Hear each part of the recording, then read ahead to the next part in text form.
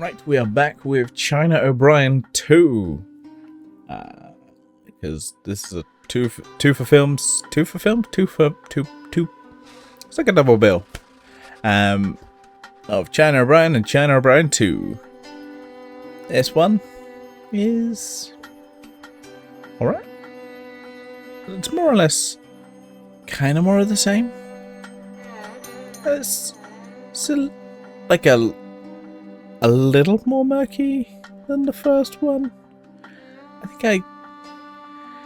think I like the first one more. This one has some fun little moments.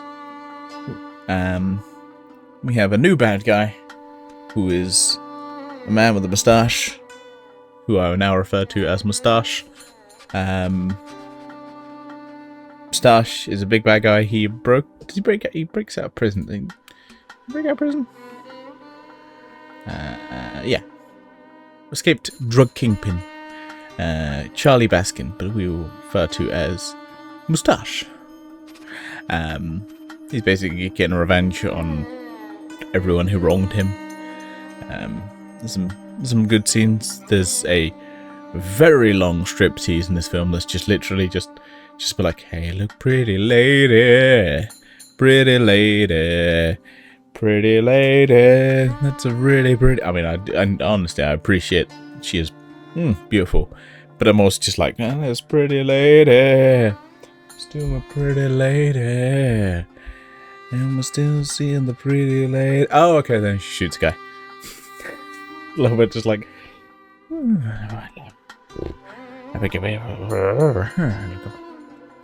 don't have a watch.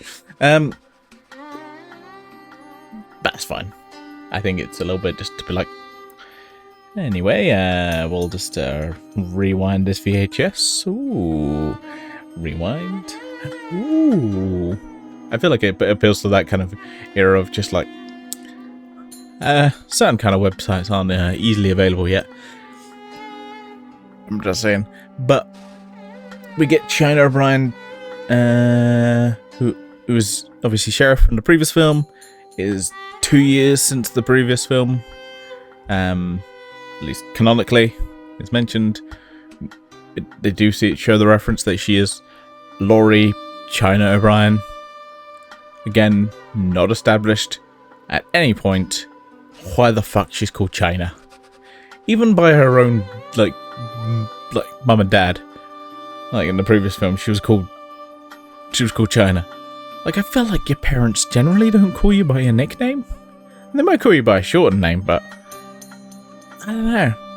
I find it weird, but my parents purposely named me and my brother just purely so that our names couldn't be shortened. They were like, no, you're called Brett. Guess what? You can't shorten that. It's one syllable name. Makes more sense. One syllable names are the best names. They're the best names, let's be honest. Just simple. We ain't got time. We ain't got time for multiple syllables. Get out of here with your multiple syllables. Ain't nobody got time for that. Anyway, yeah. Moustache is here. He's here to get revenge. Kills a bunch of people, and then he's going after one particular former associate who he kidnaps his family, but also ends up kidnapping Deputy Sheriff Dakota, because he is now a deputy now. Because everyone's a deputy. Everyone gets to be a deputy. He's now a deputy. He gets kidnapped. I can't remember. Does he get? I can't remember if he breaks out or if it's just during the attack they kind of save him. I watched this film and I've already forgotten. Doesn't matter. Yeah, he gets kidnapped along with the wife and the daughter. Guy who we're kind of supposed to root for. He kind of just like ends up going, anyway, fuck them, I guess. I'm out. But then it's like pulled back in. It's like, no. We're gonna save them. And I mean, spoilers, they do. Yeah. There's attacks, there's some shootouts. It's always a little bit funny that Obviously very little guns from our main character, who... Oh no, she doesn't get the final hit. It's always a bit weird. Because both films don't really have like a... So I noticed this on Wikipedia, so I will credit this. That doesn't have any sources for it, but yeah, there's no... Both films kind of have a bad guy that's not like a martial artist. So in a martial arts film, I feel like you, and rightly so, you should have someone who has a good confrontation. It's just like, shoot him, done. Yeah, I think the first guy gets locked up. No, he does get shot. He does get shot, yeah. Because they're about to lock him up and then they get shot. Because that's the kind of classic trope of he gets shot by his own victim. Well, that's a trope. Where you're like, haha, we've taken him in, and it's like the victim kind of goes, nah, fuck that. Dead. I don't know what trope that is, but it's definitely a trope. This one, it gets shot by the mother? Yeah. Basically the wife of the kind of guy who's... he's... basically I am blanking on words today. He is a former colleague, shall we say, in the criminal world. A former colleague. So yeah, that's kind of how it ends.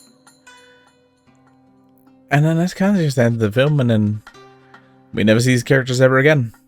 Because, I mean, I can't really say box office, because there's no box office. I feel like they were just kind of like, yeah, he's alright.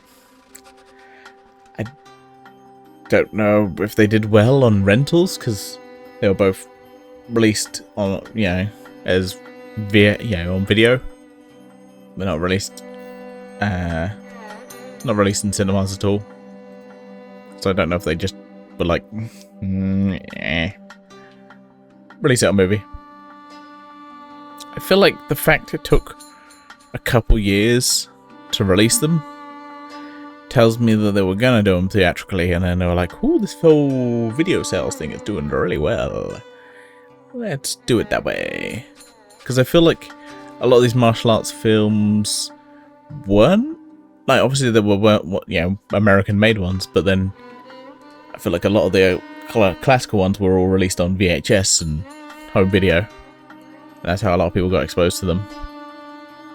Whereas this is mostly me talking about my ass, because I didn't really grow up in this era. By the time I came like 10, we had DVDs. And there's definitely some, dodgy ass films released in that era. Because now stuff gets straight to DVD. You're like, ooh, straight to DVD. Like a lot of Disney films back in the day. I am rambling. I always say this one's alright. I think I prefer the first one. First one's a bit more simple, a bit easier to root for our main hero. I feel like our main hero is a little bit kind of secondary to our bad guy. It doesn't really have a direct connection to our bad guy.